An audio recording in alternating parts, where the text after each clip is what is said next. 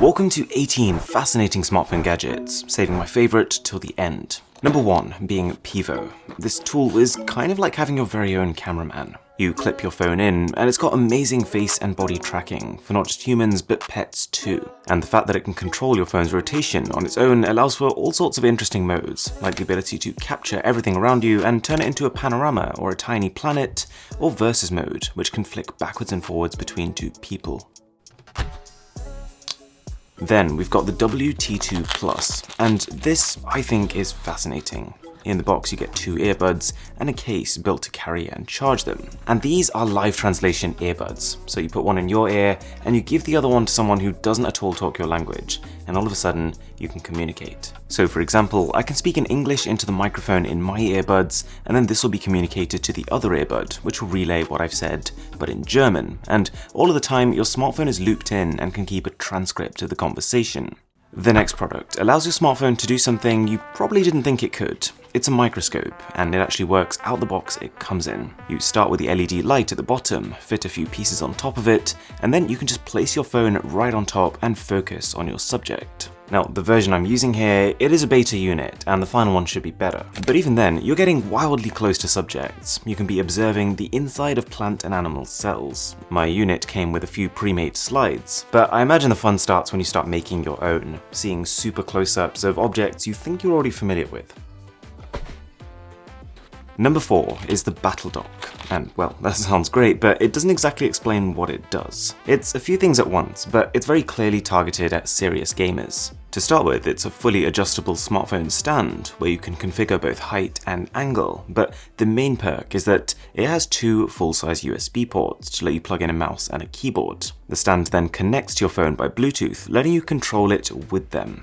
I think the concept is great, the execution is mixed, the setup is finicky, and the app isn't particularly intuitive. Plus, it doesn't work for all games. Okay, you've probably noticed these smart lights I keep behind me in videos, and in fact, right now they're synced to my voice. Well, this is an alternative approach to the same concept, that in a way is even better. One thing to note though, this is some confusingly wasteful packaging. Every single extra panel you buy after the starter kit comes in its own separate box. Anyways, the starter set itself comes with 3 panels and a base, which means straight away, your design is no longer constrained to being on a wall. You can build it like Lego in the middle of a room if you wanted. You could make a circle, a tower, or a Christmas tree. And the coolest, most underrated perk is that, unlike a lot of similar products that can only display one color at a time per tile, each piece here can have a whole gradient going on at once. It makes your creation feel much more fluid. Plus, of course, there's an app for finer controls.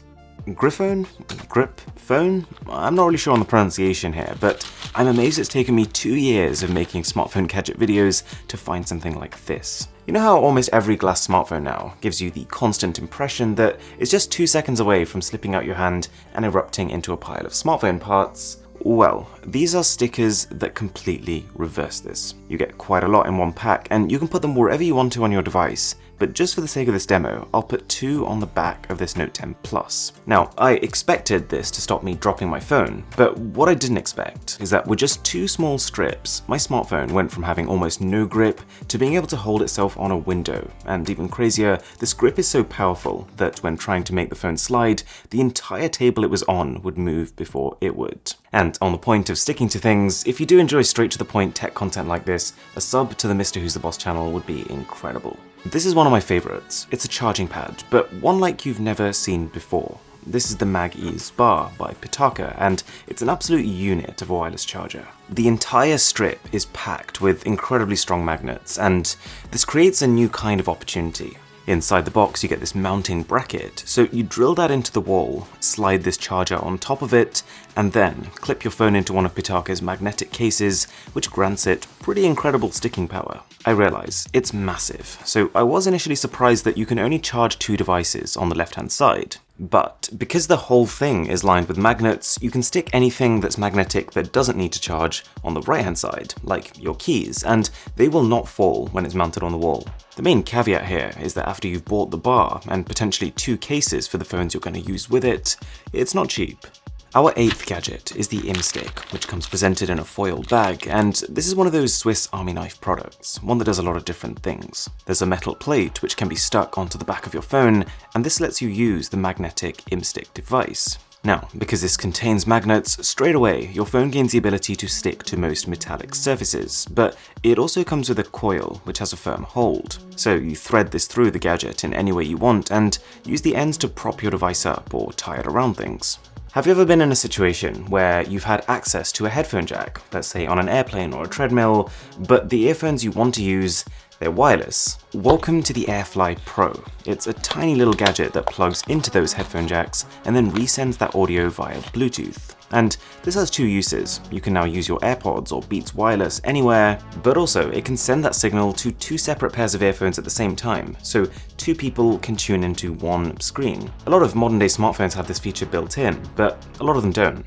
Taking a slight break from all these complex contraptions, we've got a brush, one of the best brushes for not just your smartphone, but a lot of the tech you may have in your home. It's got two ends. The first is a very precise silicone tip, which I've used to pick out the bits of dust and dirt that accumulate around the screen and the cameras of my phone, and the other end has retractable bristles. This is for more general, wider area coverage. And this is one of the safer ways of cleaning your tech, reducing that likelihood of scratching stuff.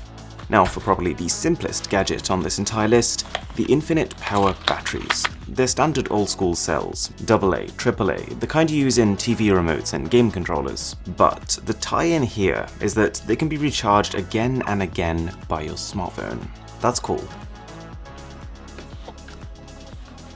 PowerPic is a refreshing fusion of the old and the new. At its core, you're looking at a photo frame. You can unhinge the back, slot a photo in, and display it, just how people used to do 10 years ago. But the twist is that it supports 10-watt wireless charging. You just place your phone inside, and bam, it works reliably. There is the obvious catch that whilst your phone is charging, it is covering the photo underneath it. But more often than not, you'll just be thankful it's a clean-looking piece the rest of the time.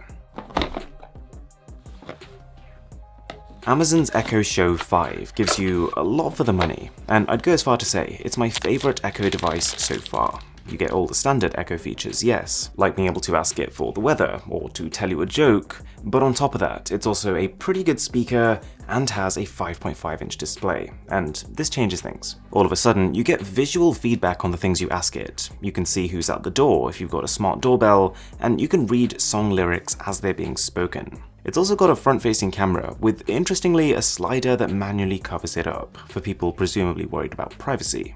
I didn't think I'd ever say this, but here's a really innovative case for your earphones. Because, let's face it, earphones are amazing until you need to store them, where they seem to collaborate with each other to make sure that by the time you take them out again, they're a tangled mess. The way it works is you hook your earphones around, give it a pull, and then just let go, and about 50% of the time, it'll wrap them up for you. This is easily a 9 out of 10 concept, but I'd probably only give it a 6 in terms of execution. It only registers me pulling about half the time, and every now and again, the remote on my earphones will get stuck.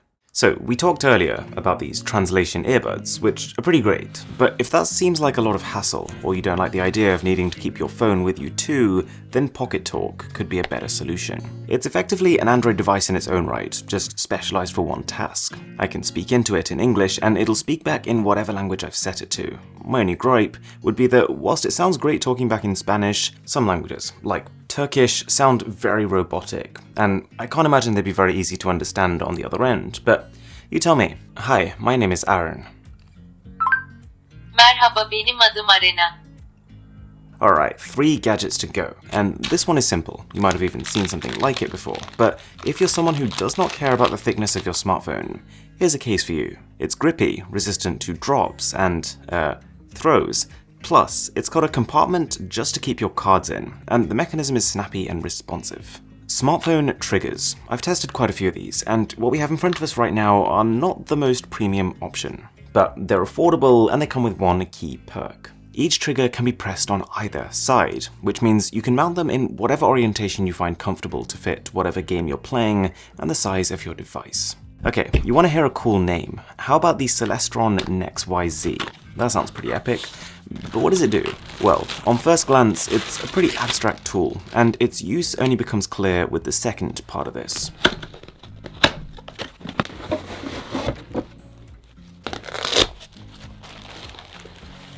What you're looking at right now is a 60 times zoom telescope, and bringing this back to the Celestron, that was made for this. Mounting a telescope onto a phone has always been a difficult idea. I've tried at least 3 other gadgets that have tried to do the same thing, and this is by far the best. It's got dials that adjust the X, Y, and the Z axes, and once it is all set up, the fit is pretty secure, and the results, unprecedented. I use the 2x zoom camera on my phone, and when combined with the 60x zoom of the telescope, you're looking at a 120x magnification. Objects this far away are obviously not pin sharp here, but it's definitely better than any phone could do without equipment. Hit that card above for more smartphone gadgets content, and if you enjoyed this one, a sub would be amazing. My name is Aaron, this is Mr. Who's the Boss, and I'll catch you in the next one.